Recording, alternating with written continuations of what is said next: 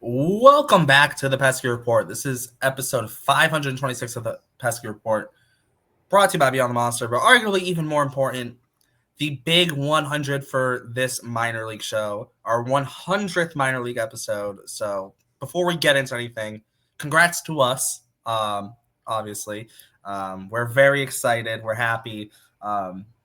It does feel like just yesterday we were starting 2023 season, first minor league show, kind of getting into the groove of things, and now this is wrapping up our third season, and hopefully we'll have many more seasons ahead of us. This is going to be kind of a recapping Worcester's end of the season, and then obviously our end of season awards, which we are very much looking forward to. First things first, let's get into Worcester's last week. I will say I was there on Friday. I did also get an interview with Chad Tracy, which I'm also using for a school project, so double whammy on that. Knock two things out in one, kind of two birds with one stone. But it was, I will just say, it was very busy in Worcester, kind of end of the year. Obviously, Cotillo was there, Bradfo was there, Brian Abraham, shout out. We can call him friend of the show now. He was there. Obviously, friend of the show, Mikey Romero, was hitting leadoff for the Woo Sox. Who else was there? Philip Sykes, another friend of the show. Just to keep chucking them in, right? Probably a couple others too that I'm forgetting. But it was busy, and then a lot of friends of the show there as well. Worcester this week, obviously wrapping another season. I do want to start just with Nathan Hickey's week. 9 hits. 3 doubles and a homer. Strong end to the year for Nathan Hickey. He's kind of in a weird spot considering, obviously, Red Sox seemingly have 2 first basemen ahead of him, albeit one is a non-tender option and Family Low, potentially, depending on what his money looks like. The other one's Tristan Costas, which who knows what his health is. But Hickey ending the season strong is a very good sign for him, I feel. Obviously, you will see he's actually he is one of our nominees for best slugger in the system this year. 17 homers on the year, 75 RBIs. Also had 23 doubles and added 2 triples to that tally. So 42 extra base hits. And I think too this year was it was overall a solid year for Nathan Hickey. Nothing crazy, obviously, playing a lot more first base this year, not really catching anymore. So he kind of makes a new position, albeit catcher to first base isn't like a crazy transition. It's not like he's going from, first base to shortstop or catcher to shortstop. But learning a new position over the offseason and coming into the year and having an overall solid year, I think it's a good thing for Nathan Hickey. What the future holds for him, I'm not really sure at this point, considering, like I said, he's kind of blocked at first base. He is 25 years old, turns 26 in November. But nice little year for him. And there was even points this year where it was, could Nathan Hickey maybe end up being a first base option for the Red Sox with how the first base situation was? So I hand over to whoever wants to take it. Yeah, I don't know. Like it was good to see Hickey kind of stick around all year in Worcester after kind of like weird stuff that happened. Like, you got demoted right last year and stuff. So I still think that I think he certainly has proven himself to kind of be like a first base option, at least defensively. I just think like I feel like even AAA he still kind of swings and misses like a little bit too much for to be a realistic like long-term option in the big leagues. But we'll see what happens there. I think that the eyeballs big attention this week was that the Red Sox decided to give Luis Perales a shot at AAA. He made 2 appearances, and there are very different appearances. The first one, his debut, he was absolutely lights out. 3 strikes out the side, throws 11 pitches, 10 for strikes. Interestingly enough, only throws 1 four-seam fastball in the outing. So they clearly have him working on other stuff, throwing a cutter, throwing other things in his arsenal. So absolutely, also got 5 whiffs that game. Yeah, 5 whiffs. So just absolutely electric stuff. So then they have him come in. I think it was 3 days later. So that was the 17th and the 20th. So I didn't get a chance to watch what he did on the 20th. Obviously, I think he threw the fastball more, and there were some good metrics and shape on it, but some issues with command. He had 2 walks. I didn't watch it. He did get 1 strikeout. I think my guess is that they took him out, and then whoever came in next let his run score. So a couple walks. So obviously, continued to work on things, and everything we keep hearing is that there's like a non-zero chance that he could pitch for the Red Sox this week, in the sort of last week of the season. Now, I don't know who he would. This isn't like the old days where you have 40 spots and you could just call him up. I don't really know exactly who he would replace, especially considering the fact that the Red Sox, like, I guess you could say, like, I guess honestly, it could be Peyton Tolley. I mean, it could be. There's a number, I guess, of possible guys, but it's easy enough to be like, yeah, Luis Perales could come up and pitch. I just don't. It's not super obvious to me who he would replace. I guess it would come down to maybe like there's a day where you need a guy to go. And hopefully this doesn't happen, where you would need a guy out of the bullpen to go 2, 3, potentially more innings. And then you just like option that if they have options, you option them to Worcester, even though Worcester season's over, you can still do that. You can still option guys to Worcester. And then Perales comes up. I don't know. But it's not be a chance in gets close to the playoffs, or like the last couple games where you don't need 5 starters. I mean, so maybe we're kind of at the last couple games. Yeah, but maybe after Early's next start, maybe he gets sent to Worcester and reliever instead. I'm not sure how the rotation is supposed to shake out exactly, but I think the next 3 games are Giolito, Bayo, and Crochet. They're not optioning any of them, so. Yeah, and I don't think. Yeah, and so for that last series, Chris Murphy, Tigers, maybe just because he's a lefty, if they choose Tolley, possibility, right? Yeah, so I would say those are probably the 2 strongest possibilities, are Tolley and Murphy probably, or I guess Zach Kelly's a possibility, but again, it was obviously that was kind of a controversial outing last night, but. Anyway, not like him coming out for a second. Yeah, but so I don't know, but either way, it's so great to see that Perales is healthy, that his stuff has come back after the surgery. I think, another reason, obviously, and you can see by the pitch selection stuff that the Red Sox were not super concerned about the results. So they wanted him to work on stuff in the 2 different outings, and I think they wanted to see how he he pitches on the 17th. They give him 2 days off. They want to see how he looks coming back on the 20th. So I don't know. I'm not sure. It's hard to say what their thought process is about how realistic it is he could pitch this week. But he's on the 40-man. He is an option, and we might see him. But at least certainly in that outing, the first outing, you got to be reminded of how electric and dominant his stuff can be, and that the Red Sox have a serious, legitimate arm that back in the mix that is now fully healthy and could very much contribute. Yeah. On Perales, just like you said, the first outing was just absurd, electric, very hard to do much better than he did, especially with the fact that he just wasn't throwing the 4-seam. He was really relying on all the other stuff. There were a lot of cutters there. I say a lot. He only threw 11 pitches. I'm not worried about the second outing. If that was an actual outing for him and not this is your 3rd inning off of rehab, since 15 months ago, he hadn't pitched in 15 months, and now he's on his 3rd outing of the year.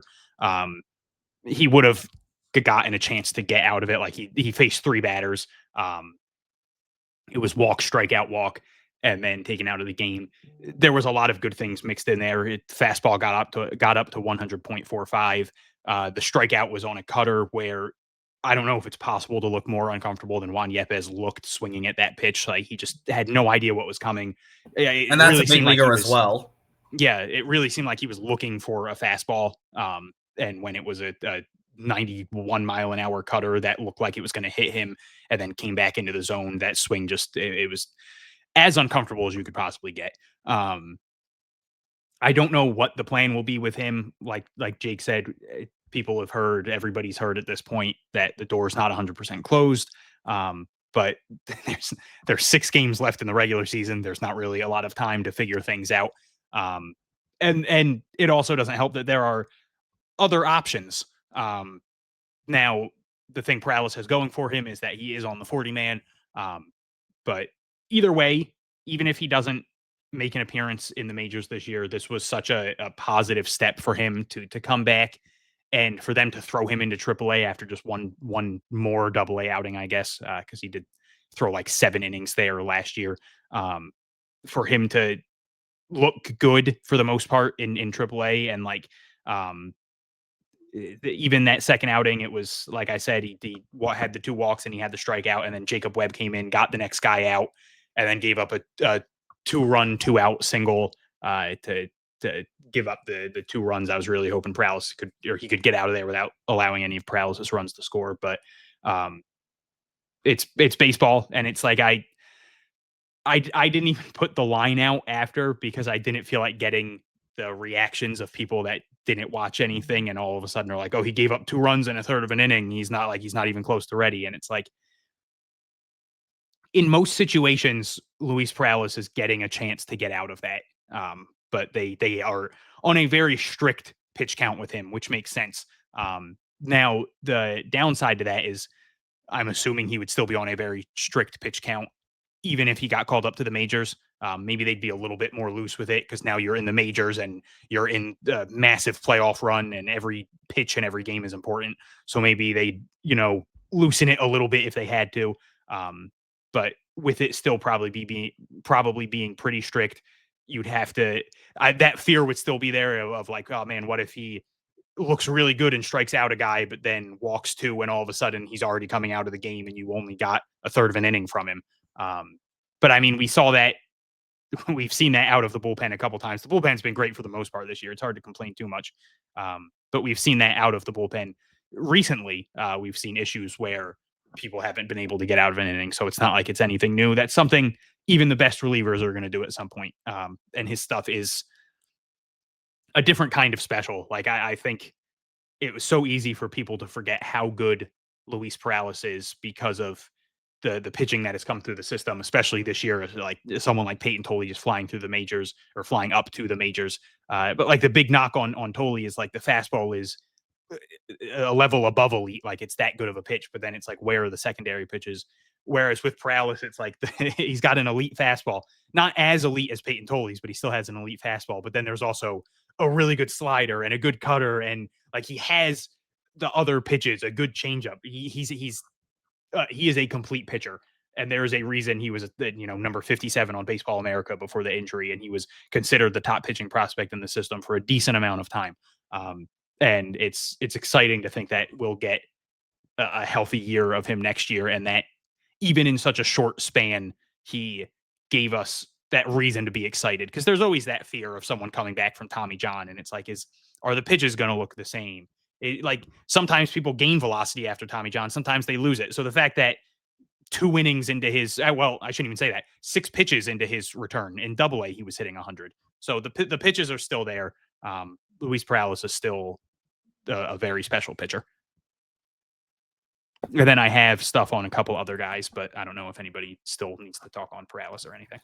No, I mean, I just think the big thing that it's like he is a legitimate option. He is going to Fort Myers, kind of with their Stay Ready crew. It seems like pretty much everyone on the 40-man that was in Worcester is going to Fort Myers. It doesn't seem like it. Everyone is. It doesn't seem like they're going to be able to travel with the MLB team. That's what it seems like. That's kind of what Chad Tracy kind of hinted at, that he didn't know the actual rule whether or not it was allowed, but doesn't seem to be the plan. So anyone hoping for Christian Campbell to start traveling with the big league team doesn't seem likely. I'll just kind of put that out there. However, Perales, obviously, him going to Fort Myers is a little bit different. Obviously, if they need him, like they can use him, but I think they're also more so working on kind of ramping him up for the Arizona Fall League. That seems very much more so to be the plan. And if they need him as a reliever, right, he is an option. But at the same time, too, like Luis Guerrero's there technically rehabbing, so like you would assume Guerrero's ahead of him on the kind of depth chart. And then yes, Isaiah Campbell's is also on the 40-man, as is Giovanni Moran, right? So there are 3 other options there. And even Cooper Crystal, I doubt Cooper Crystal would, because, but like, I guess if you want a traditional long reliever, if he's healthy, Crystal could be an option. So I feel like the primary goal for Perales at this point is going to be just ramping up for the Arizona Fall League. And it seems that seems what they're going for. Yeah. I will say that. Also, too, not to kind of be like, these guys haven't necessarily great. Jordan Hicks is still on the injured list, and like I'm good. Dustin May is. And I mean, hey, Dustin May out of the bullpen. I mean, I'm good. We already saw it. I'm good. But like you could make the argument they would be ahead of Perales on kind of like the depth chart per se. Yes. You could make the argument. All right. At least Dustin May for sure. Jordan Hicks, okay. Okay, we can wait till next year on Hicks, but the point still kind of stands. I don't think it's absolutely not a 0% chance, but and then I don't want to take too much time because we have all the awards. So yes. I'm just gonna run through a couple of people. Tyler Uberstein, 5 shutout innings, 3 hits, 1 walk, 6 strikeouts. It feels criminal that he never got a shot in the majors this year, especially with how much the Red Sox consistently needed pitching, and him being someone that needs to be put on the 40-man. They're going to lose him if they don't protect him. But just a really strong year, 3.58 ERA, 1.26 WHIP, 244 batting average against between AA and AAA. He racked up a ton of strikeouts, wasn't walking people. I think the strikeouts and the swing and miss stuff really popped in AAA, and that's just a massive positive. And just what a ridiculous year for him. I already forget if I don't think this was a category for us, but if he was, I saw like Ed Hand put it on Twitter how he was his like comeback prospect of the year, and that's the nail on the head right there. Like just what a ridiculous year from him, especially after pitching 4 innings last year due to Tommy John and not pitching the year before. So just awesome from Uberstein. Shane Drohan made 2 outings this week, 13 strikeouts in 8 2/3 innings. Another guy that they're going to lose if they don't protect on the 40-man. He only threw 12 games in Worcester this year because of an injury, which that's the one thing with him. He hasn't had a healthy year in like 4 years now. But a 2.27 ERA, 185 batting average against, 101 WHIP, 67 strikeouts, just 16 walks, and 47 2/3 innings with Worcester. The Red Sox just are crapping out left-handed pitching talent at this point. It's absurd. Mikey Romero, 8 for 25 with 4 doubles, 5 RBIs this week. Just a 245 batting average between AA and AAA this year, but career high in doubles with 33, career high in triples, tied for career high in triples with 4, career high in homers with 17, career high in RBIs with 76, career high in runs scored with 61, career high in steals with 5. Obviously, it coincides with the fact that this was easily the healthiest year of his career.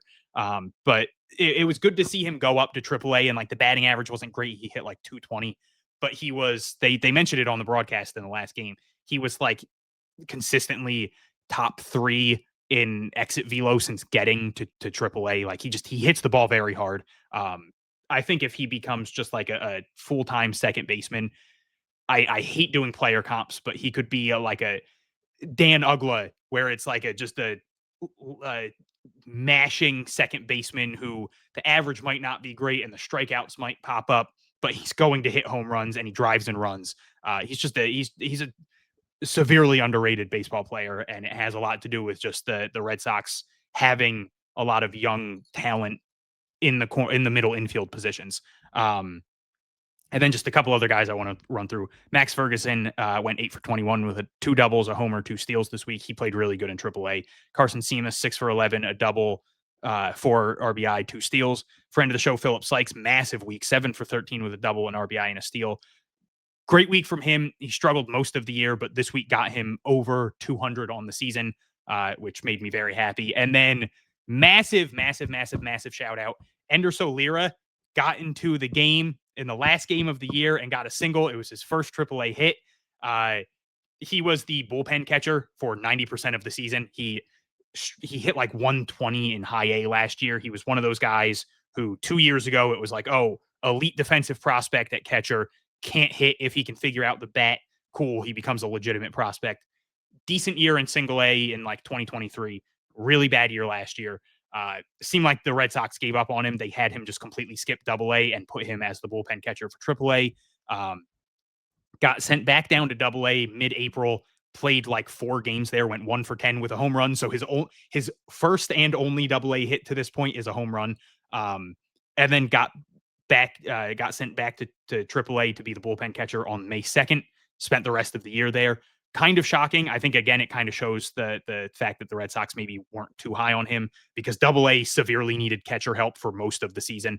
And they just didn't seem to have interest in putting Lira there. Or they're really high on his defense and ability to help the pitching staff. Yeah.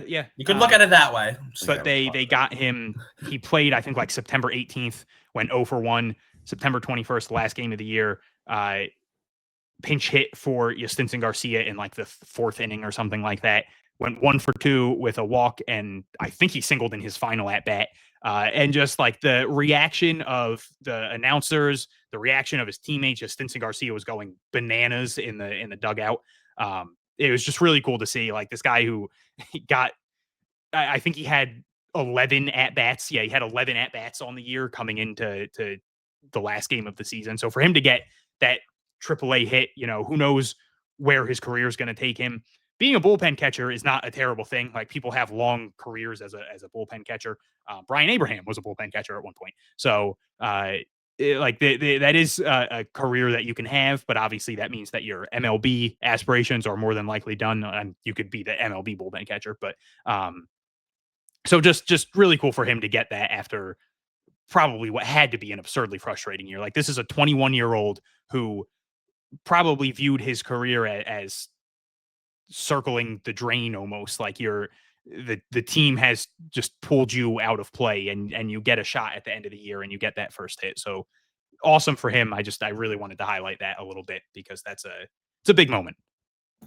Also, too, I mean, hey, they just got rid of Ali Sanchez, so they might need another catcher at some point, considering 3 catchers. Yeah. So be ready. Be ready for the Enderso Lira 3rd catcher on the roster. I mean, they could have saved themselves money. They wouldn't have had to have traded for Ali Sanchez. They could have saved themselves some cash. I'm just saying. But no, good for him. Good for him. It's really nice to see. My only gripe is next year. Can Mike Romero please not hit leadoff? Please. Like.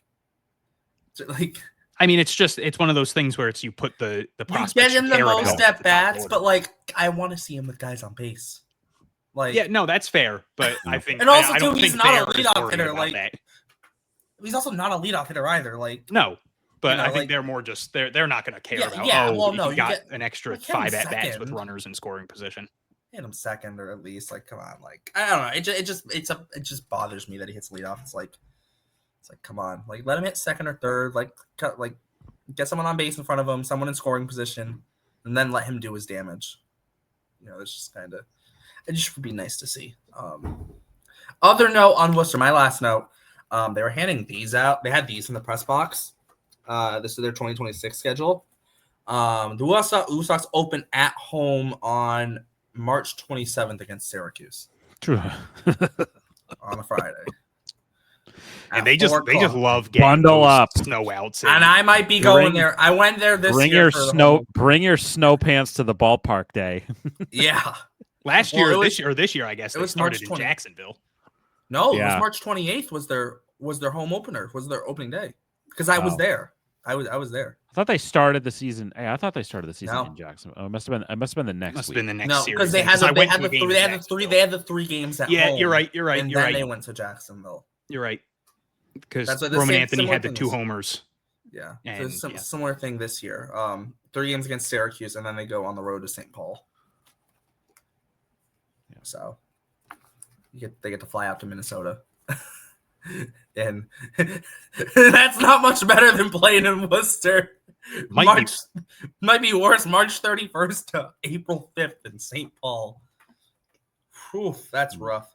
Then they're back in Worcester, and then they finally kind of get away. They go to Nashville for a week. So someone's going to have to tell the Worcester players to bundle up. Yes, they should know that. They should know that already to begin with. That's true. That is true. Worcester also ends the season at home again next year as well against Durham. So that is that's just kind of a quick little look at their schedule for next year. With that, it is now time for our awards show, our end of season awards. Obviously, it's not going to be. We have how many awards do we have? I got to count now. I would actually count 1, 2, 3, 4, 5, 6, 7, 8, 9, 10, 11. We have 12 awards to hand out, plus a guess the prospect at the end to determine our guess the prospect champion. But we will save that for the end. First award. Well, hold on. We should clarify and say that we do have the fan vote, the listener vote. Yeah. We did. Thank you for the folks, and I think what did you say? We had about 20, 25, 27 now, and that was short notice. So thank you to. I'm surprised we got that out with like a 2-hour notice. Yes, good job, everyone. Pesky Report Nation yes. came through, so thank you for that because that is a decent sample. I feel like so. Yes. So what will happen is like kind of we pick the winners. We kind of will say what the fan vote is. We might use the fan vote to like break a tie potentially, or not that there would be a tie with 3 of us, but like it might.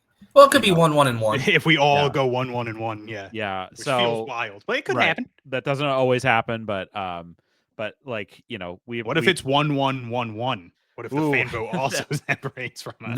Then I think we just I think I'll just pick a winner. The show. Alan Castro. Boom. Yeah. Yeah. Alan Castro. Actually, that should be it. Automatically, the default winner is Alan Castro, even if he's not nominated in the category. Even if it's a pitcher award. Pitcher of the year. Pitcher of the year. Alan Castro. Yeah. Let's go. Oh, I'm sorry. I did also just a quick thing for AAA. I don't know why that reminded me. Worcester ended the season 76 and 73. That means that all 4 seasons under Chad Tracy, they have gone over 500. He will be a major league manager next year. They were, I noticed, I don't know what it was, but and I think maybe you pointed this out, Hunter. It felt like everyone was really giving Chad Tracy his flowers. And there was like a video of like guys like thanking him and all that kind of stuff. It's weird. There's been no like official announcement about what his future is with the organization. They're making it seem like there's going to be a different job for him in the future. It's possible that it could be that they have a spot for him ready on the Red Sox major league staff. I would love that. If like he doesn't get a big league manager job somewhere. So keep an eye out for that. But I would 100% agree. Chad Tracy in my opinion, has to be one of the hottest candidates to be a big league manager for teams that either have openings or going to have openings. I can't remember who, and I'm really sorry. I don't remember who said this, but somebody made a really good point, which was that like the Cardinals with Chaim Bloom, taking over officially, Ollie Marmol is like probably, he's got a year left. He's got a year left on his deal. Like, I don't know why Chaim would keep him around if he's not crazy about him. It could be a legitimate chance that could happen, for sure. So, but there'll probably be other opportunities too, and so good, no matter what, the Red Sox have a good one in Chad Tracy. It would be tough to lose him. It could be like, think about this also. Let's say one of these guys that's been interviewed for the job in Washington, whether Paul Taboni or Eddie Romero, maybe they could take Chad Tracy to Washington. Yes. That would hurt. Could you imagine losing Eddie Romero and then he takes Chad Tracy? Yeah, that would suck. That would suck. Also, too, though, add into it could also be like what happens if I don't think his name's really necessarily being totally in manager conversations, but Ramon Vasquez as the bench coach, you never know, right? What happens if he ends up somewhere else, gets a manager job? I don't think he will, but because I feel like if he was going to, I feel like that would be more, it would be bigger news than, or if something happens on the Red Sox coaching staff, or God forbid, Alex Cora is just like, you know what? Yeah, I know I signed an extension, but like, I want to move into the front office now. No, I think, I mean, there's been the talk about like Jason Varitek possibly moving on. You know, that this is his last year under contract. First base coach Flores, like maybe he's been around a long time, even though he hasn't been the first base coach a long time. Maybe he decides to retire. Like I don't know. It's or so we'll see. But is true. Shout out to Chad Tracy, deserves all the flowers. Yeah, and I will just add to because now this just reminded me to bring up. I did ask Trace about Iggy Suarez, and once again singing Iggy Suarez's singing his praises, kind of. Absolutely deserves it. And obviously, the Red Sox, if they do lose Chad Tracy, Iggy Suarez is a really, really good option to kind of just stick to. Also, in case you've never seen Iggy Suarez, he's also yoked. Just in case, I would say Iggy Suarez would be the single most obvious candidate to move into any job in the organization if Chad Tracy leaves. I don't think that there would probably not even be an interview. They wouldn't even blink. They wouldn't even blink. Iggy Suarez would become the manager. Yes. I think at that point the only question would be, okay, who kind of takes Iggy Suarez's spot, pretty much. So they have options there too. But anyway, and Urso Lira. I like that. Oh, great. Maybe Franchi Cordero can. Man, I love Franchi. Bring him back to Worcester. Big Al. Big Al's going to be Greenville's manager next year. Liam Carroll's going to move up to Worcester. Right. All right. With that, let's get into our awards here. We're going to start off here with the Best Slugger Award. The candidates are Fraley Encarnacion, Nathan Hickey, Mikey Romero, and Yastinson Garcia. I feel like this one's a little bit obvious.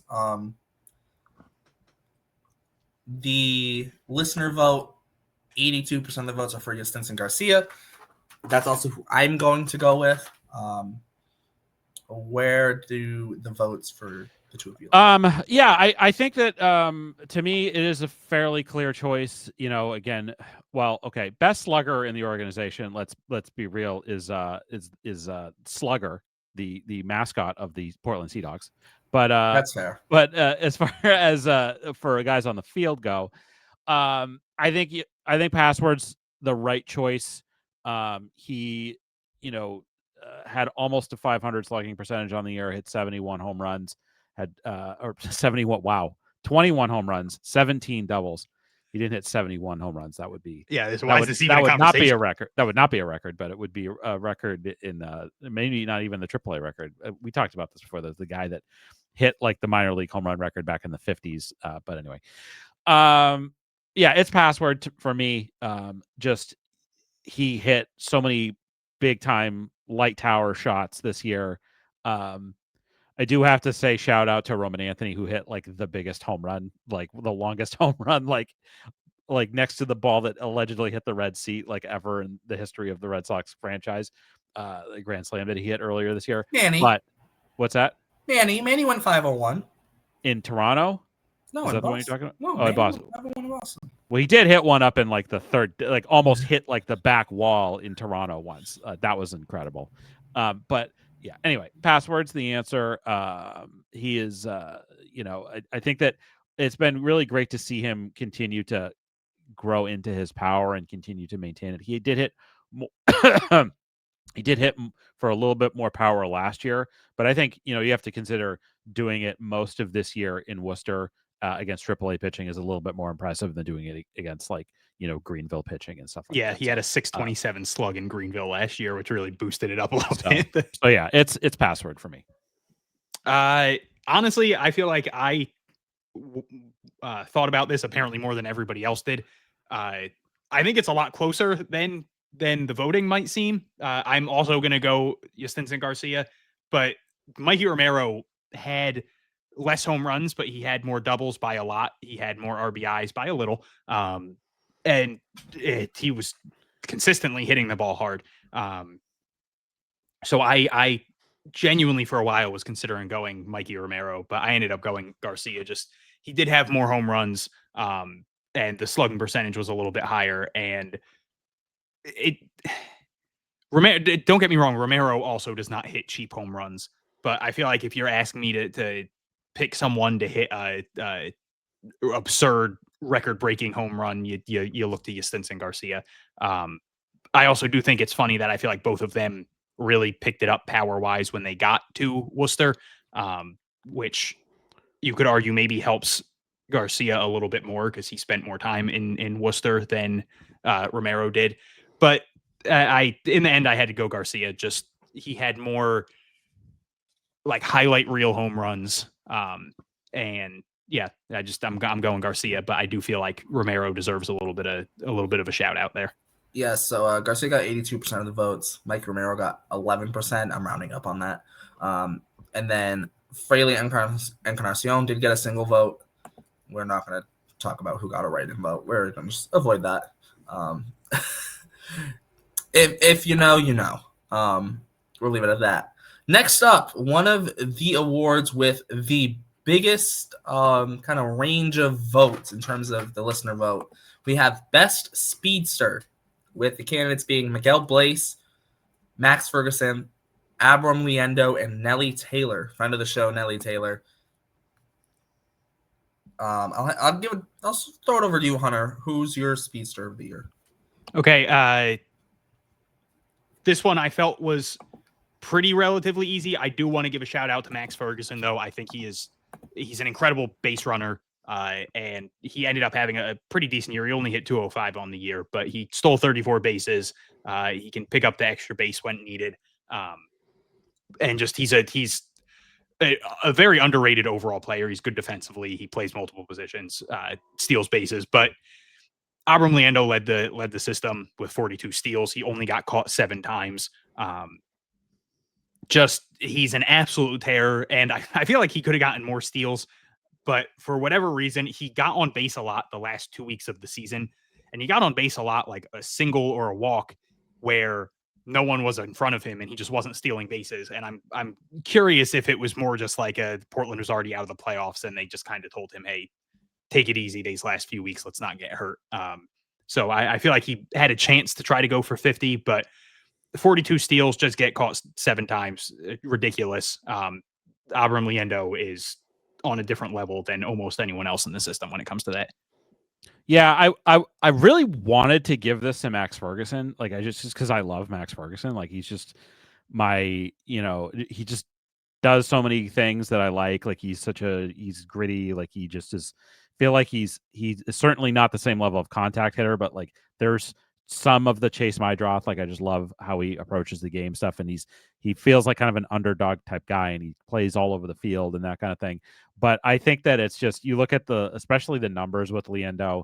I think going 42 for 49 on stolen base attempts means that you're not only like fast, but you're making good decisions, and I think that he's the right pick here. But I definitely want to shout out Max Ferguson, and it like stealing bases is sort of his calling card too. But yeah, I'm gonna give it to Liendo. So considering that now my vote isn't gonna mean anything. So the listener vote, actually Nelly Taylor led the way with 36% of the vote. Kind of shows how all over the place the vote was. Miguel Blaise and Max Ferguson both got 21%. Abram Liendo got 18%.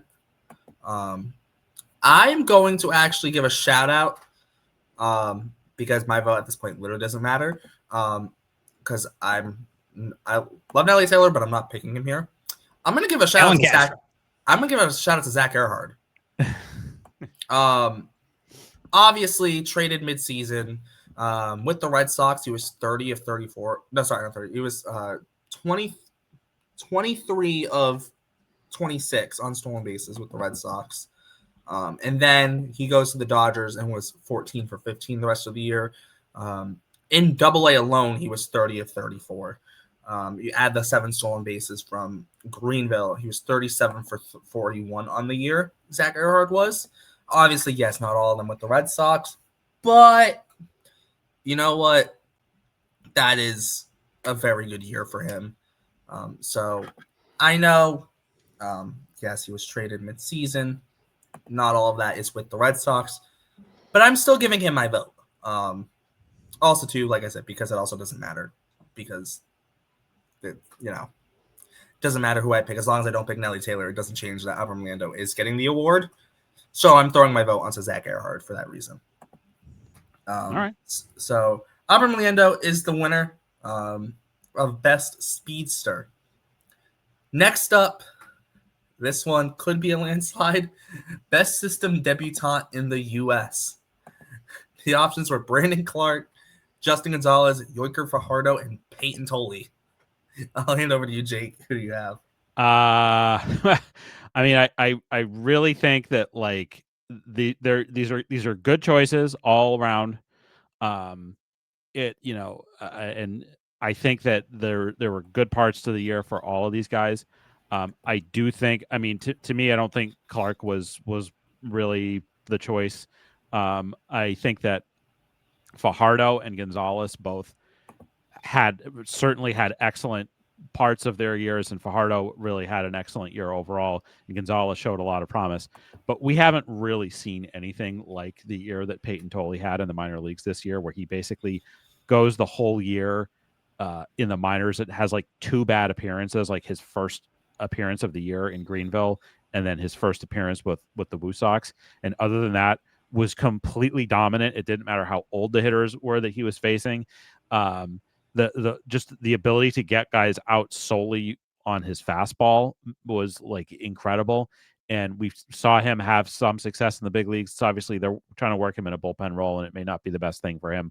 And I think what's clear is that he probably needs to go back to start AAA next year, just to continue to work on his secondaries more.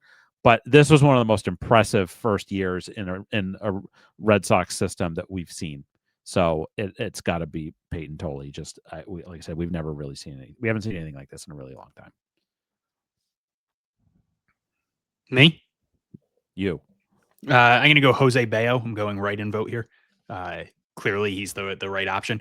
Peyton Tolley. I feel bad for the other, like you mentioned, these are all good options. In a different year, I feel like you would really be making an argument for Fajardo versus Gonzalez, with Clark being like a solid third option. But he missed too much time where it kind of negates him from that.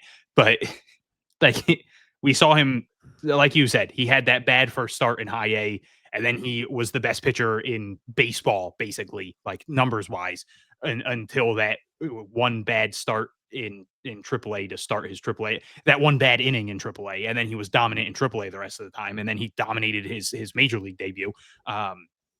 It's a special run that we've seen. I feel like we talked about it at the start of this year, where we said we don't want Red Sox fans to think this is normal, with like how quickly Roman Anthony flew through the system, and even like Yastinson Garcia flew through, and it was like Red Sox fans are spoiled, and it ruins their perception of how long a prospect takes, to where like if Franklin Arias, for example, takes a little bit longer to get to the majors, they're like, oh, what's taking so long? Is he bad? And it's like, no, it's just normal prospects don't fly through the system. People acted like Marcelo Meyer took forever. Yes, exactly. And it's like, this was the year where Red Sox fans would maybe come back down to earth and be like, oh, okay, so this is normal. And it's like, no, instead, we're going to have a guy who's never pitched in minor league baseball before go from high A to pitching in the majors during a playoff run. Can't wait for people to writing Tyson Witherspoon into the 2026 exactly. playoff Like rotation. we're going to have to just, I guess we're just going to have to bank on this happening every year. But Peyton Tolley just runs away with the award because this was special. Yeah, Tolley, easy. Probably one of the easiest awards of the show. Tolley got 79% of the vote. 7% of the vote went to Gonzalez, Fajardo, and Clark, respectively. They each had 7%. But yeah, Tolley, the runaway pick here. Another one that, based on the listener vote, is a runaway is breakout position player. The options were, we only gave 3 nominees, Franklin Arias and Justin Gonzalez. I did also chuck Zach Earhart in there. I know, like I said, not in system, but you know what? I felt like throwing him in there anyways. So those are the 3 options. I'll hand it over to you, Jake. Actually, no, Jake went first last time. Hand it over to Hunter. Hunter, who's your breakout? I think I know who the breakout is. Fan vote wise, I'm probably going to subvert expectations here. I'm going to go Justin Gonzalez. To me, and I'm going to talk about this when we do the breakout pitcher too, Franklin Arias was already a top 100 prospect. Like, breakout means like, oh my God, this guy like either came out of nowhere and became something big, or was like a lesser known name and became bigger, or was a big name and became like crazy elite. And it's like Gonzalez was teetering on like small name. Like, there was hype around him because he was this massive dude mashing in the DSL and stuff. And obviously the Red Sox were big fans of him. We heard that from, the likes of Alex Spear, for example. But it was like he wasn't even close to sniffing top 100 lists. He was just kind of like middle of the pack in the top 30. And I don't even know if he's really moved up that much in like the national media eye, but he's positioned himself so perfectly to be a top 100 guy next year. He crushed it in single A, which was awesome to see. Obviously the home runs weren't super there, but that's just such a hard ballpark to hit in. Struggled a little bit in high A. He had a good last couple games, which was nice. But I was so impressed with him, seeing the eye he has, the advanced plate discipline. The power when it's shown is so clear. He really just needs to work on hitting the ball in the air, and if he does that, he's going to fly to the moon. But to me, it's like Arias went from top 100 prospect to slightly better top 100 prospect, whereas Gonzalez went from probably not really on many people's radars to, I guarantee you, if you asked any national media guy out there, any national media prospect person, they would have him teetering near the top 100. Like, he would be like the just missed out, or this is my breakout candidate for next year, or maybe even some people that have him around their top 100. So I think Gonzalez is the one that upped his stock the most this year, which to me is the definition of breakout. Yeah, I don't have a lot to add to that. To me, it is 100% is Justin Gonzalez. I think he's, I think there was certainly talk about him last year, but again, you don't know. Like, you see a guy like put up good numbers in the DSL, and you don't know what to make of it. You just hear like, okay, he's like a monster. He's this big guy at this size. But we've seen this a lot, and it's like I don't mean to like crap on anybody, but basically, like, coming out of last year, it was like there was on the hitting side, there was Justin Gonzalez, and on the pitching side, it was Delvinson Reyes coming out of DSL. And we're really excited about both of those guys.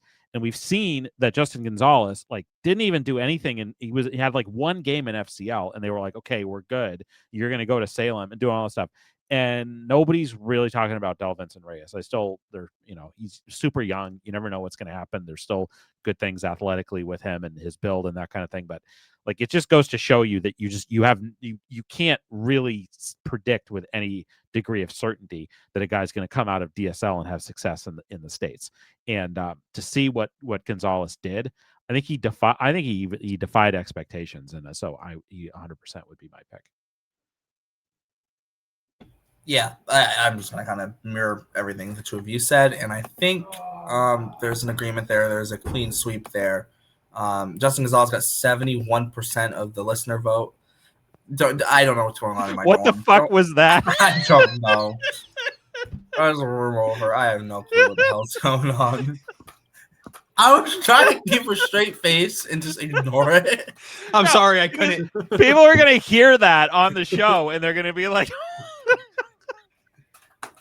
We might have to mark this as explicit. Like, someone's having sex. I don't know. No, they were leaving the room because I heard the door close. Is the room next to me is a triple. Oh, okay. Gosh, college, man. Anyway. Yes. Anyway, just breakout pitcher. Right now, Gonzalez got 71% of the vote. Arias got 18%. Earhart got 7% of the vote. I mean, I'm very happy because I genuinely thought that I would be the weirdo, and I'm happy that everyone agreed. So there we go. Okay, breakout pitcher. The options were Brandon Clark, Yoiker Fajardo, Peyton Tolley, and Tyler Uberstein. I have a feeling where this one's gonna go. Go, Derek. You go first. Peyton Tolley, duh. I feel like that's like I could pick Yoiker Fajardo, but I mean, Tolley wasn't even a top 10 prospect in the system to start the year. And he's now by far, like, maybe not by far, but he's the best prospect in the system now, and he's one of the best pitching prospects in baseball. Like, that is like the ultimate breakout right there. So, any other year, this would be going to Yoiker Fajardo, in my opinion. So, kind of sucks because love me some Yoiker Fajardo, whatever we're gonna nickname him. I don't know what we're sticking with on the nickname. Are we rolling with Big Fajita? I don't know. But might be all you on that. It's Peyton Tolley. Yeah, this is one where like you could kind of decide to, hey, like I'm gonna mix it up and switch it up and give it to somebody else in terms of that sort of like the breakout. But I have to, like, because I would love to give this to either Fajardo or Uberstein. Like I think Uberstein would, to me, Uberstein's the one that would have like the case on this. But I just think like Tolley was so good and was so just transcendent for so much of the year, and coming in just being like a guy that he was a high draft pick, but like I don't think he had the biggest expectations coming into the year. Certainly after he was drafted, there were major draft like experts that thought that it was a weird pick, and they were like, I kind of think of him more as being a hitter. And so for him to go from that to being, like you just said, Derrik, one of the very top pitching prospects in the whole sport, and making his big league debut, whatever, like 15 months after he was drafted, that is, or 14 months after he was drafted, I think that it as much as I would like to give it to probably Uberstein, I think that Tolley is the one that deserves it. So I'm gonna have to give it to I think I'm gonna change my vote. So for me, Uberstein, I had more as like the comeback pitcher. Don't get me wrong, it was definitely a breakout year for him because he had never been this good before. But I more categorized him as a comeback pitcher of the year. We don't have that award. Yeah. I was gonna go Yoiker Fajardo, and my reasoning was, Tolley was a second round pick. There were reasonable expectations for him, but there weren't these expectations for him. And I thought you both made a lot of good points, especially Jake, with the fact that a lot of draft experts did not like the pick. Like they thought it was a very confusing pick. And like I really wasn't taking that into account. I was viewing it more as like, oh, this was a second round pick. This was someone who was decently high in the Red Sox system according to rankings. But yeah, I mean, he went from decently high to the best prospect in the system, and a very clear top 100 guy, and someone going from high A to the majors, and someone who now a lot of those same experts are acting like this was such a can't miss guy. It was like, oh yeah, well the fastball was always special, and obviously they made it more special with the velo bump. But yeah, I was gonna, full transparency, I was gonna go Yoiker Fajardo because I felt like that was more of the definition of breakout, where it was like he was traded for a 30-year-old lefty reliever with not good major league stats and not a lot of major league stats, and he ended up absolutely dominating all season, really, for the FCL, for single A. He was just phenomenal. So it was going to be Fajardo, but after hearing what both of you said, I can't not go Peyton Tolley. It was yeah, he'll take home a couple awards, I guess. Yeah. And Tolley, I forget what the other awards are after this. But he might not be done. In terms of I don't awards. think he is either. Yeah. No, he's not. There's another one. He's 100% winning. Coming up. Yes. Next up is best relief pitcher. The options were Cooper Adams, Nick Birdy, Matt McShane, and Isaac Stebbins. I'll hand it over to you, Jake. Who do you have as your best relief pitcher? A lot of good choices and a lot of good years. To me, I think it was fairly clear, and we've been talking about him all year, and I think to me it's Isaac Stebbins. I know he's 23 at high A. I would love to see him get would have loved to have seen him get challenged, maybe move up to Portland during the year, and I would assume that he'll be in Portland to start next year. But you look at the numbers: a 2.15 ERA in 50 innings on the season. He did have 9 saves. He had 6, wins, pitcher wins. I don't ever really talk about him, but he was 6-0 in terms of decisions out of the bullpen. So I think that speaks to how well he pitched as well. 59 strikeouts and 50 and 2/3 innings, 50 and a third innings. Only gave up 3 home runs on the entire year. So he did have, I think walks were 29 walks, 1.27 whip is good. It's not like elite necessarily, but I just think like he did an amazing job this year, and just consistently over the course of the whole season pitched really, really well. And so he is my pick. Derrik, you can go. I actually have the same pick.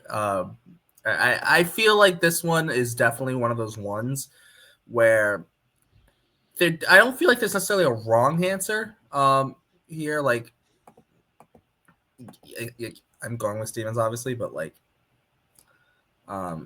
Stebbins or whatever his last name is, I'll figure it out eventually. But I mean, a 2.15 ERA and just over 50 innings. He also picked up 9 saves, which, picking up almost 10 saves in a minor league season is not super common as well.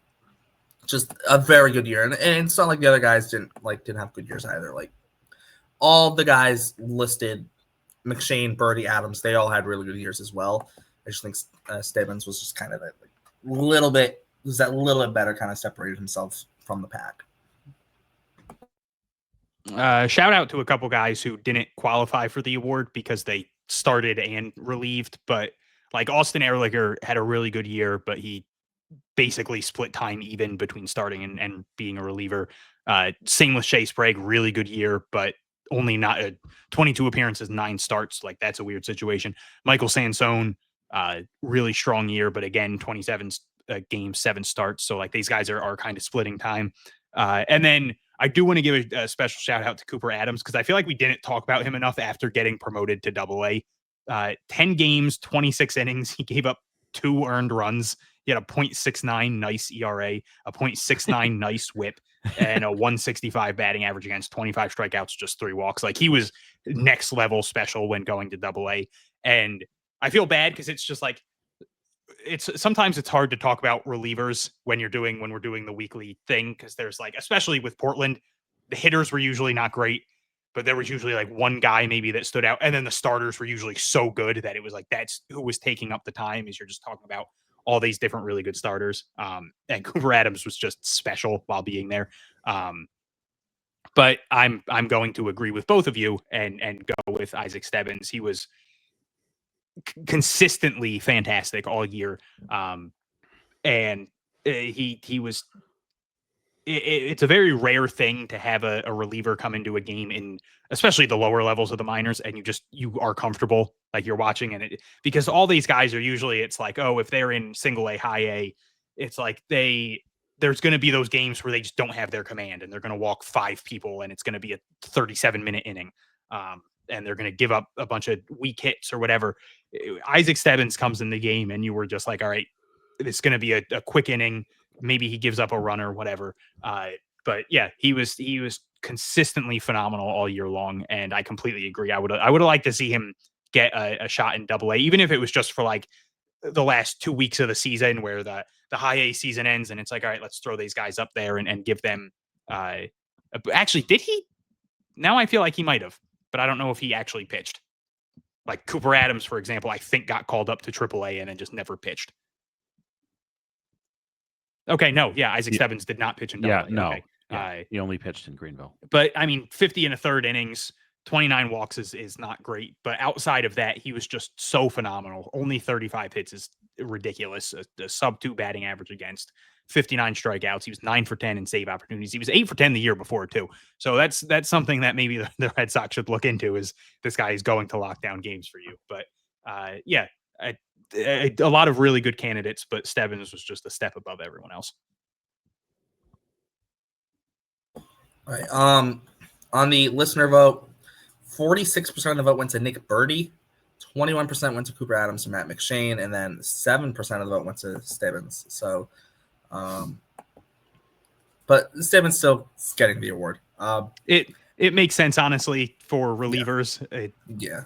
Fans probably are like, oh, I know who Nick Birdie is. That's we love our listeners and our watchers. That's not an insult. It's just I don't blame people for not paying attention to a high A reliever. You're not you're not freak. You listen to this podcast so you don't have to watch the relievers in high A. Exactly. Like Nick Birdie made an impact on the major league team this year, so it makes sense that he's gonna get the recognition. That too. And he was phenomenal when he pitched. Yes. Best starting pitcher. The nominees are Connolly Early, John Holobetz, shout out, friend of the show, Hayden Mullins, and Peyton Tolley. I'll just take this one. I'm Peyton Tolley, moving along. I mean, I think this is an opportunity to talk a little bit about the other guys, because I do think if it wasn't for Peyton Tolley, if like let's say he was out of this, like if we had like a Peyton Tolley free category, it would be a tough choice. But I think that John Holobetz did an amazing job, especially after getting traded very early in the season, coming in and like he was in low A with the Brewers. He gets moved to high A when he gets traded to the Red Sox, and then eventually makes his way to Double A and pitched really well all along. We've already seen Connolly Early. Like Connolly Early was just dominant for most of the year with Portland, and honestly, he probably spent too much time in Portland. Goes up to Worcester and is really great there, and then comes up to the big leagues and has been pitching really well. It's like if the Red Sox are in the playoffs, I don't know. You would think if the Red Sox get to the division series that Connolly Early might get a start in a game 4 scenario in a division series. That's amazing. And then Hayden Mullins, similarly, a really fantastic year and is definitely a threat to get picked in the Rule 5 draft. So the Red Sox have a ridiculous wealth of pitching. There's guys that aren't even on this list that could have been considered. I would say Uberstein is one of them potentially. But just to be clear, the answer to this question is Peyton Tolley, but like that's my pick. But the other guys, shout out to all of those guys because they had tremendous years. Yeah, completely agree. Going Peyton Tolley. I do just the quick rundown. I know I mentioned it in the last episode when we were doing kind of like the Portland final end of season thing, but John Holobetz made 6 starts, 6 appearances for Portland. And he went at least 6 innings in all of them. That's absurd. That's something you don't see from a lot of prospects. Hayden Mullins, it really sucks that he had that bad start in his final start because it was just such a fantastic year. And there was a chance that he finished the year sub 2 ERA. And he just didn't have it the last time out. Connolly Early, obviously Peyton Tolley wins the award, but like Connolly Early gave him a run for his money. That's how good he was this year. And then just one guy I want to mention that wasn't on there, Eduardo Rivera, was just absurd in high A all year. Struggled a little bit in Double A, but still had some really good starts. Went 6 shutout innings his last time out. Still finished even with like us mentioning a couple times how Rivera struggled when he got to Triple A or Double A. I'm sorry, which like a big issue for him was he had 30 walks and 42 in a third innings. He still had a 3.4 ERA. He still had a 2.14 batting average against. And then between the two levels, 2.48 ERA, 177 batting average against, 116 whip, 108 strikeouts in 87 innings. Like he was phenomenal and could also have, now that I'm looking at this, could also have been in the running for breakout pitcher of the year. Like he was phenomenal. And it's a testament to how good the Red Sox pitching in the system is that he might not even have been the first guy off of this list. Like you mentioned, Tyler Uberstein also deserves to at least be mentioned. Like that's the pitching in the system has just been next level good to the point where there are a lot of pitchers who are not going to get mentioned who deserve to get mentioned. Yeah. So on the vote, Peyton Tolley actually got 46% of the vote. I think this is a little bit recency bias. Connolly Early got 43% of the vote. And then Holobetz got 7%. Mullins got about 3.5%. We'll round it up to 4. I think part of it maybe is just like, hey, Peyton Tolley, maybe I voted for him for other things. Like, let's give it to somebody else.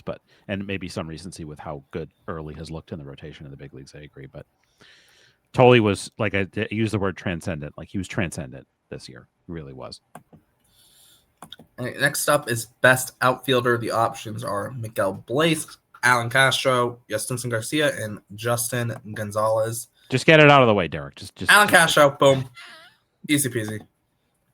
Easiest pick of the easiest pick here. Alan Castro, among stateside Red Sox prospects in affiliate ball, had the second highest weighted runs created plus behind only Zach Earhart, who got traded midseason. Alan Castro put up a 119 weighted runs created plus, which is second to Zach Earhart's 132, which just says how absurd Earhart was when he was with the Red Sox. He's ever so slightly ahead of Justin Gonzalez and Yestinson Garcia, who are at 118 and 116 respectively weighted runs created plus. So that's my argument for Alan Castro. Yeah, he had a higher weighted runs created plus than both of them, and he's Alan Castro, right? But also too, in all seriousness, Castro this year, 268, 353, 400 slash line, 7 homers this year, but he had 20 doubles and 2 triples, and that was with only playing 92 games as well. He did miss some time. So, like I said, I'm giving it to Alan Castro. I think it's obvious why. There's definitely no bias involved. So, yeah, Alan Castro is my pick. Hunter, who do you have? Go ahead, Hunter. I really want to give this to Justin Gonzalez just because he was probably, by the end of the season, he was the prospect I was most excited to watch at bats for. But I have to go Yestinson Garcia. Just he's the best defensive outfielder on the list, beating out Miguel Blaze by a little bit. And just he's the best run producer on the list. He has the most power on the list. He's a very special talent, and I hope we get to see him have a legitimate role in the majors next year, whether it's with the Red Sox or another team. There is an opening for him with the Red Sox if Rob Refschneider retires or even just goes via free agency or whatever happens there. And I do still think there will be moves made in that outfield. But Garcia just he went up to AAA and was the biggest part of that team for a long time. Gets called up to the majors, and then he really struggled when he got sent back down to AAA. I don't know if it was just moving around a lot, if he was in a different mode, if it was just, it could have just been a cold streak, whatever it was. But for a heavy majority of the season, he was the bat for Worcester when they needed someone after, Marcelo Meyer and Roman Anthony get called up to the majors, and Worcester needed a big bat, and he delivered heavily for them. Yeah, I mean, good picks all around here. But I think that Garcia just did the most. He is the most sort of well-rounded, complete of all of these guys. Like, I don't, I know we talked to Brian Abraham about Justin Gonzalez. I don't know that he's really is going to be able to stay in the outfield if he continues to fill out and grow. He's probably a first base DH type, most likely, but we'll see. And I think Castro did have a great year. Absolutely. I'd say Blaze, we're still waiting to see him live up to the promise that we thought he was going to be before his shoulder injury. But I think that Garcia just did so much. He does so much as a player. He can play all 3 outfield positions at an elite level, hits for power. Just as we've seen him grow into this really good, complete ball player. So he is absolutely is my pick for this, but all of those other guys had good years and are deserving of being mentioned. Miguel Blaze had a good last 3 weeks of the season, which makes me feel a little bit better about that. And also, what are we going to do next year when Justin Gonzalez shows up to camp and he's 7'2"? And he's just Victor Wembanyama. Start a basketball team with the pitchers. Yeah. That's the Red Sox, instead of a spring breakout game, they're going to play a pickup basketball game, and they're just going to demolish all the other teams. Yes, demolish them. Justin Gonzalez is going to block the living crap out of Aaron Judge's shot. Just whack. So 61% of the votes went to Yassin Garcia, 25% to Justin Gonzalez, 11% to Miguel Blaze, and then 4% to Alan Castro. Moving on, we have best infielder, not including catcher. The nominees were Franklin Arias, Starlin Nunez, Dorian Soto, and Mikey Romero. I just want to say I felt like there were very minimal options here. Somehow. I considered adding Yoelan Cespedes as an option, but I decided to chuck in Dorian Soto instead. Yeah. Really weird. For me though, I mean I'm picking Franklin Arias. I mean, like just he had an absurd year. Obviously he had kind of that middle of the season where he kind of slowed down, but then he kind of picked it back up before getting that late season call up to Portland. The overall numbers, I mean, 278, 335, 388, 110 weighted runs created plus, 8 homers, struck out only 10% of the time.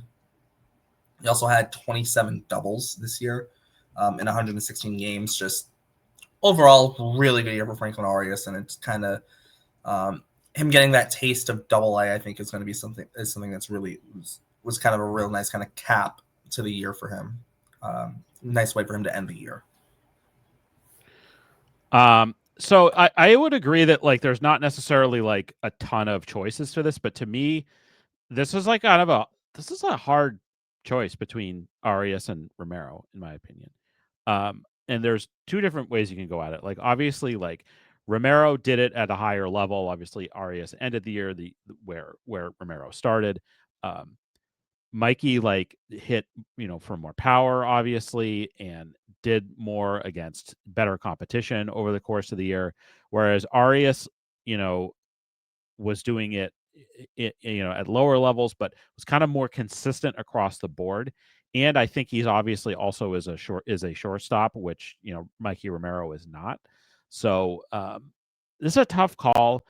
I am going to go with Arias just because of the shortstop aspect of it and just a more consistent year across the board, even though I think maybe we hoped that he was going to have like a better year, but like he earned his way to Double-A, and we got to see him do some good stuff in Double-A at the end of the year at the age of 19. So that's impressive.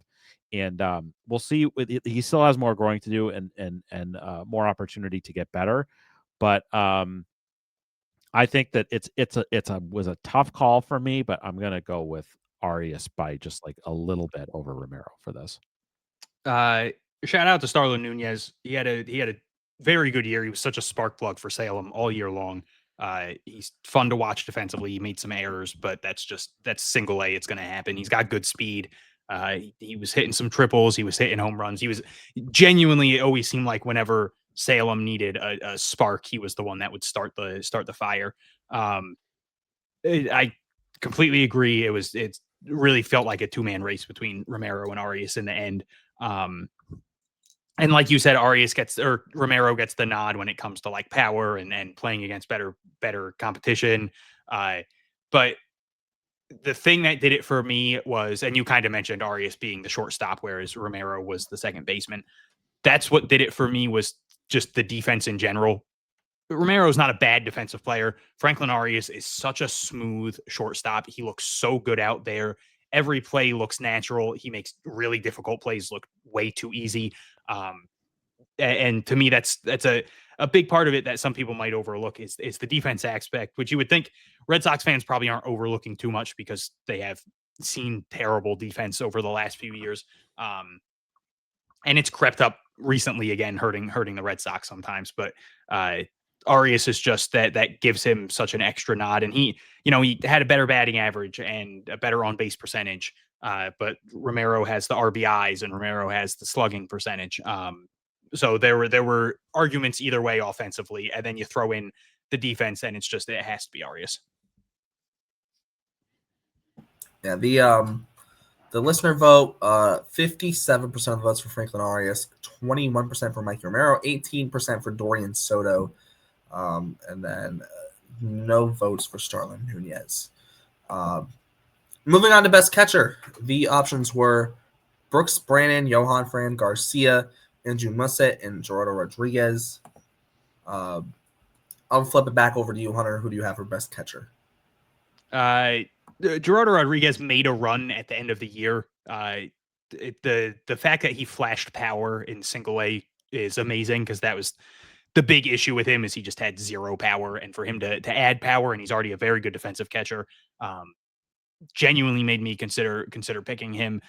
Brooks Brannon just has a ton of power, and we saw it on display, and he had a really good run at the end of the year in Double A. He picked it up and seemed to figure out the level a little bit, which was nice, because he had a rough first like month and a half, 2 months there. Andrew Musette, for the most part, was pretty solid all year long.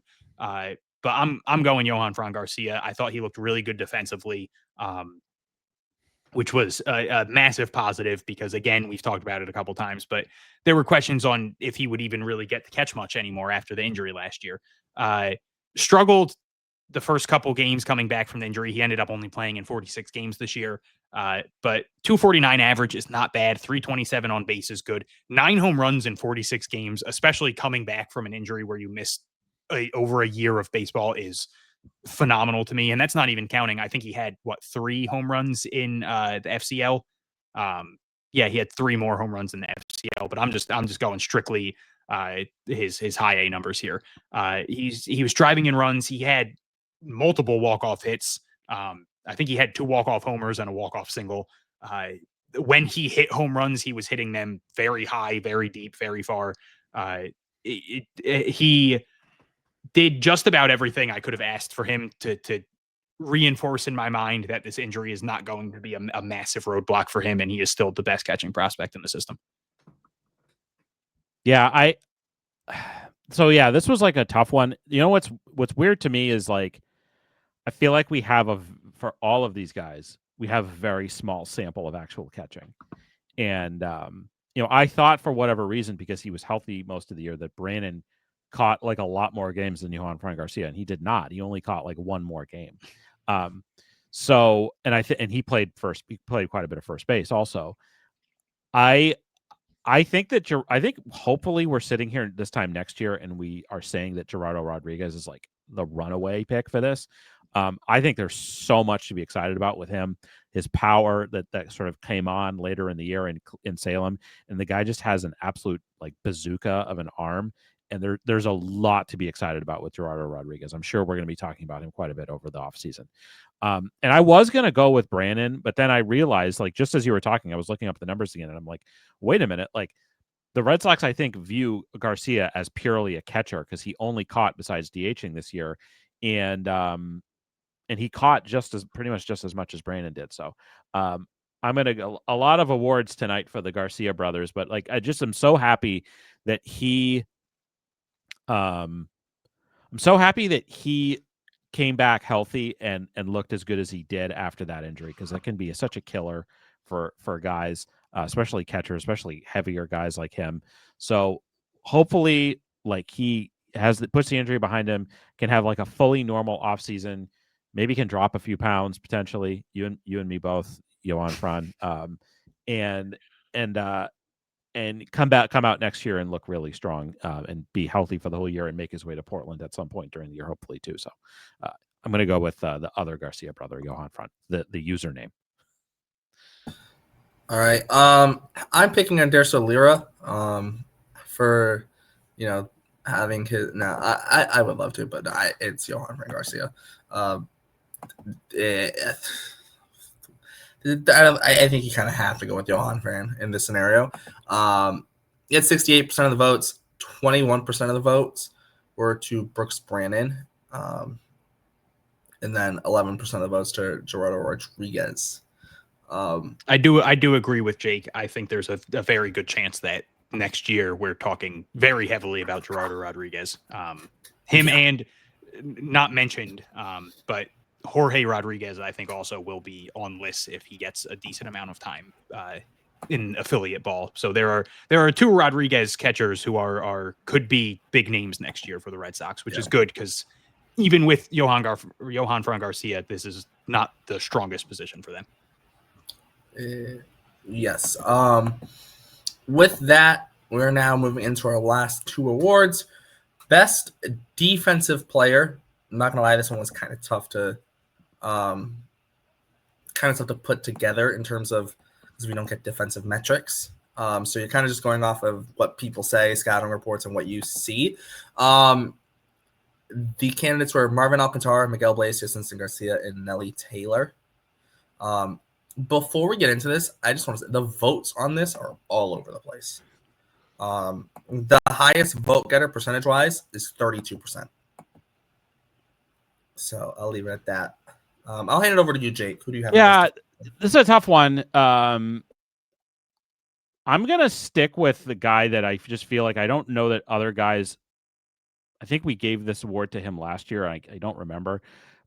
Is Nelly Taylor. I just don't think that I saw enough from other guys to not give it to him. I think that he just continues to be such a natural out there and make all of the plays and just is such a fundamentally sound outfielder. I mean, he's not Ceddanne Rafaela, like nobody really is, obviously.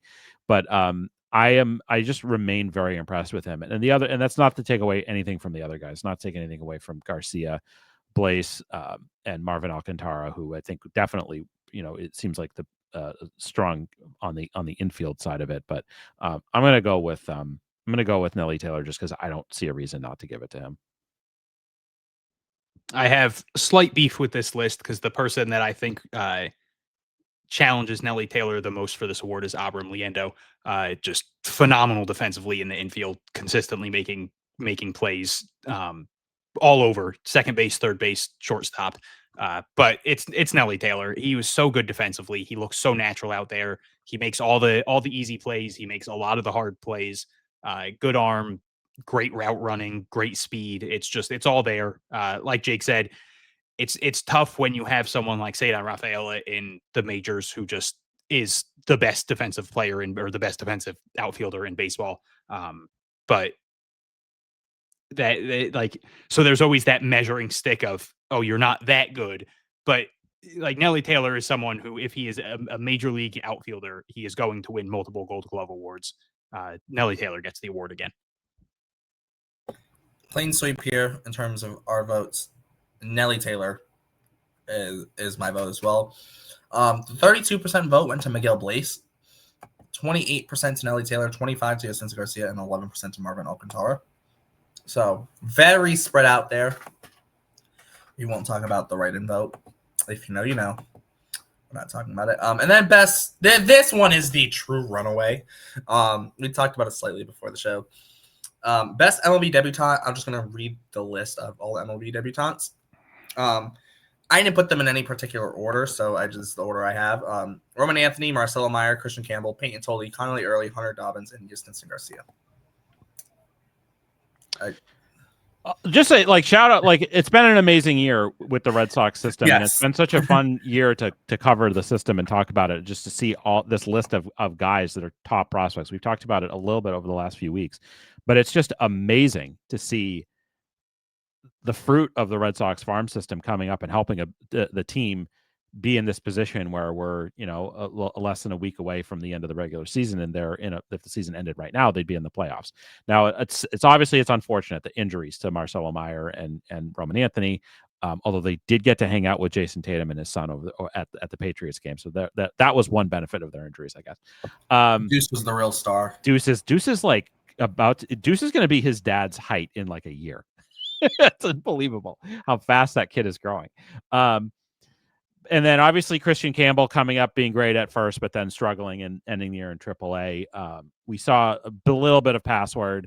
A guy like Hunter Dobbins came up and was a solid pitcher, and it just sucked to see him get hurt too. But anyway, it's been great. It's been awesome. But obviously the answer to this is Roman Anthony. When you look and see how the Red Sox, you just have to compare the records of what the Red Sox were doing when Roman Anthony was healthy and playing, how they've games when Roman Anthony's been in the lineup versus games Roman Anthony has not been in the lineup. It's like a big difference.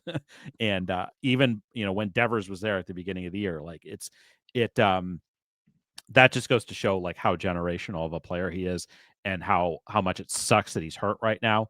And it's the future of the Red Sox is so bright because of Roman Anthony and all of the stuff that he can do. So he's obviously is the pick for this. Stinson Garcia, great year. Got the little cup of coffee in the majors. That's awesome. Christian Campbell, obviously rookie of the month in April, struggled after that, after the injury. I genuinely think that that's just been the big thing for him this year is he hurt his ribs, and that's something that we've seen be a big problem for a lot of people. Hopefully he gets to get healthy this offseason, and we see the April Christian Campbell again. Peyton Tolley, ridiculous year, has that big first start. Connolly Early, ridiculous year, has been fantastic. Like you said, Hunter Dobbins was very good for them. He threw 61 innings and was very good. Marcelo Meyer had some big moments. Ridiculous. I think the thing that surprised most people was how good he was defensively, especially the fact that he was playing third and second, two positions he really didn't play much of or any of in the minors. And just he came up and was immediately like their best defensive player for that run. But then you go to Roman Anthony, and it's like the Red Sox war leaders this year. You have Garrett Crochet at 5.4, Jarren Duran at 3.8, Alex Bregman at 3.6, Santa Rafael at 3.3, Trevor Story 3.2. Then you have Roman Anthony at 2.7. Roman Anthony played 71 games in the majors. That is bonkers. Like he has the fifth best WAR of for Red Sox position players, and he played half as many games as basically everyone on that list. Like he's played less than half of the games of Duran. He's played half of the games of Rafaela and Story, and he played like 3/5 of the games of Alex Bregman, and he's been that good. Who would have had Roman Anthony putting up more WAR than Rafael Devers with the Red Sox this year? That's a wild thought. But it's just like he's done everything. He was phenomenal defensively in the outfield, which again, hilarious because people that actually paid attention knew that he was a good outfielder, but that was like one of the big radio things. I don't remember who it was, but someone like talked about how he was a DH. And then he had like bad play. Names, but that guy was wrong. He had like a bad play in his debut when he was playing right field, despite the fact that he hadn't played there in like 2 months. And it just all of a sudden people were like, oh, this guy, the amount of takes of Roman Anthony needs to be sent down after like he struggled for a week and a half. And it's just, he ended up he was the most important player to the Red Sox this year. And we've seen it with, as Jake said, like the record of him on the team versus off the team, the record since he's gotten hurt. Just like the offense has completely died. He was leading off games for the Boston Red Sox during a playoff run, and he was doing it while having a 400 on base percentage, and the power was starting to show. And he was always putting up these great at bats versus elite pitchers. He hit a home run off Paul Skeens. Like everything that Roman Anthony could have done, he did. The first game after Rafael Devers was traded, he hit his first career big league home run. Like no moment was too small for Roman Anthony this year. It's just what he did cannot be understated. It sucks that he got hurt during this playoff run. It would have been so fun to see him have these important at-bats in September and October, and we might not even get to see him in October this year. He did more, I think, than people expected from him, which is crazy considering he was the top prospect in all of baseball. But like, he's locked up for 12 years or whatever it is now. There's Red Sox fans should be just over the moon with what they got from Roman Anthony this year, and the fact that they have him for the very, very, very foreseeable future. It's Roman Anthony by 15 miles. Roman Anthony by a million. Yeah, it's obvious here. Roman Anthony might be the Red Sox most important player. He might have been, like, outside of Alex Bregman, definitely probably their most important player this year. And heading into next year, he's probably their most important player. Even if Bregman comes back in some ways, because this team, it very much feels like, with seeing how they're playing now without him, it very much feels like the team's going to go as Roman Anthony goes. And Roman Anthony is playing good. Good luck. Big league pitching. Paul Skeens found out, and I was there, and it was fun until Greg Weissert blew it, but that's besides the point. I'm still salty about that. I don't dislike Weissert, but I'm still salty about that. Roman Anthony got 96% of the votes. The only non-Roman Anthony vote was for Connolly Early. Maybe a little bit of recency bias there, but you know what? It's Roman Anthony's award. Next year, we might just name it the Roman Anthony Best MLB Debutant award next year. I might just name it that. So there's that. So those are 12 awards.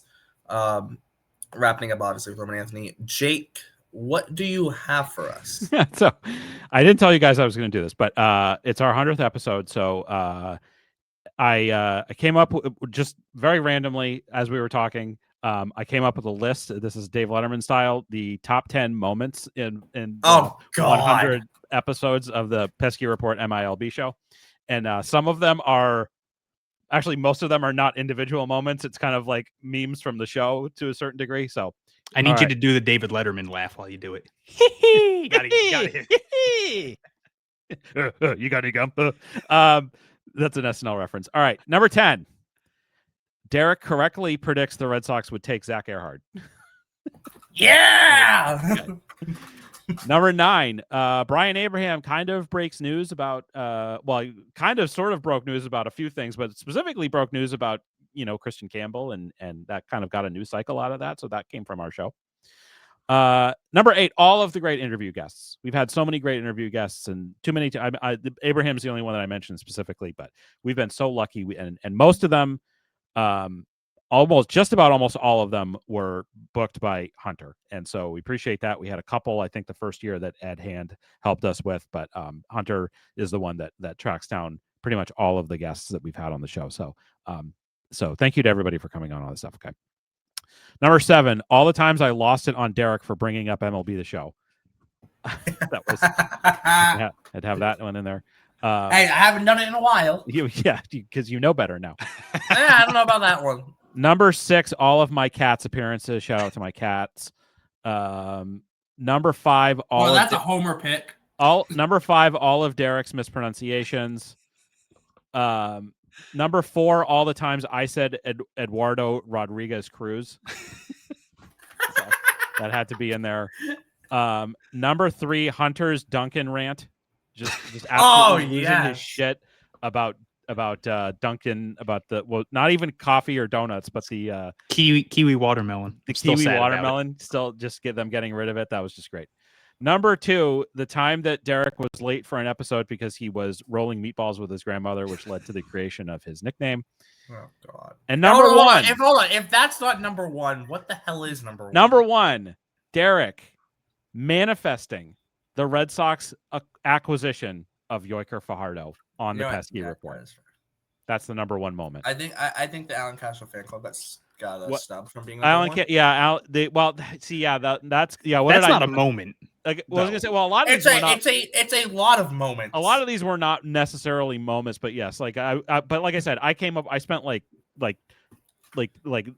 maybe a minute writing all these down. I'm shocked we didn't get the defense makes you horny thing. I'm shocked that you came up with 10 if you were just off the cuff while we were talking. That was impressive. But yeah, I'm sure there was stuff I missed. Yes, like Alan Castro fan club, defense makes me horny. I'm trying to think of other stuff. Other fun. Well, like Derrick's roommate kind of just had a moment like earlier. No, that wasn't my room. That was in the room over. Oh, that was the next room over. Okay. The room over. Okay. But anyway, yeah. So many great moments in 100 episodes of this show, and it's been a blast. So yeah, just wanted to shout that out. All right. This is a special Guess the Prospect. It is. So for a couple reasons. Hold on. This is for all the marbles. Like, yes, we're tied. 7-7. 7-7. Tied 7-7. Second year in a row that this is coming down to the last one of these. Yes, but this is special for a reason. Okay. You will not be guessing one prospect. You will be guessing 2 prospects. Oh. But what happens if I get one and he gets one? There's a tiebreaker, third prospect. Okay. Wow. Okay. This is something. So these 2 prospects, are these active prospects or are they all-time old prospects? I will get to that. Okay. I will get to that. Okay. These 2 prospects both have Eddie Romero as a signing scout. Okay. These 2 former Red Sox prospects are both currently teammates, not with the Red Sox. Darwinson Hernandez. No. Rafael Devers. Nope. Okay. These two prospects both have pitched this year in the big leagues for the same team, hence them being teammates.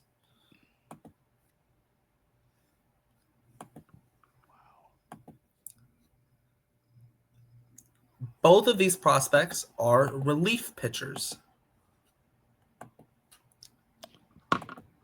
Jalen Beeks. No. Wickelman Gonzalez. Nope. One of these prospects is from Maracay, Venezuela. The other is from San Cristobal, Dominican Republic.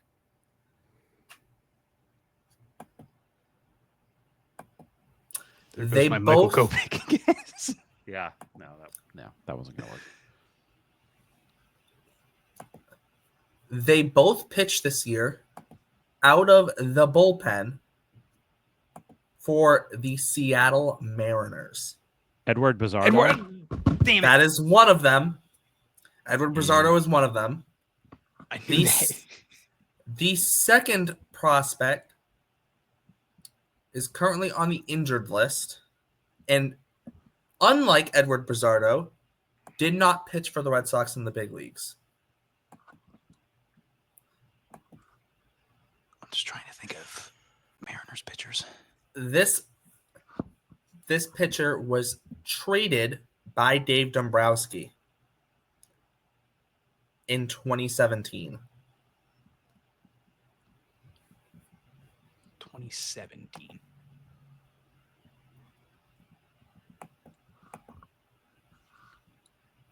The year this pitcher was traded, he was a DSL All-Star.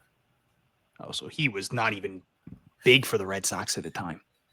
I mean, he was a DSL All-Star, but he wasn't. He has pitched for 3 MLB teams across parts of 5 seasons, albeit in 4 of those seasons, he's thrown under 10 innings. The one season where he threw more than 10 innings, he had a 3.39 ERA and 66 and a third innings for a Chicago team.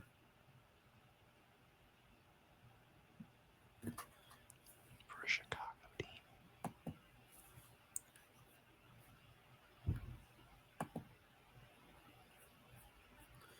Right. He's listed at 6'2", 190 pounds. He throws right-handed. And he was like a top 30 prospect for the Red Sox at one point? Nope. Oh.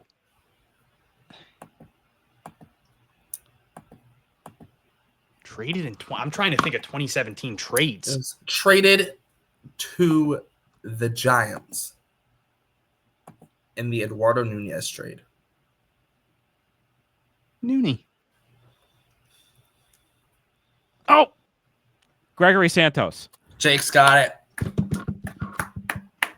If I could have just gotten Edward Bizarro out a second earlier. 2 in a row. Woo! It's just I pulled that out of my ass. Like just the other guy in the trade was it Sean Anderson? Was that the other or Sean? No, what was his name? Wasn't it?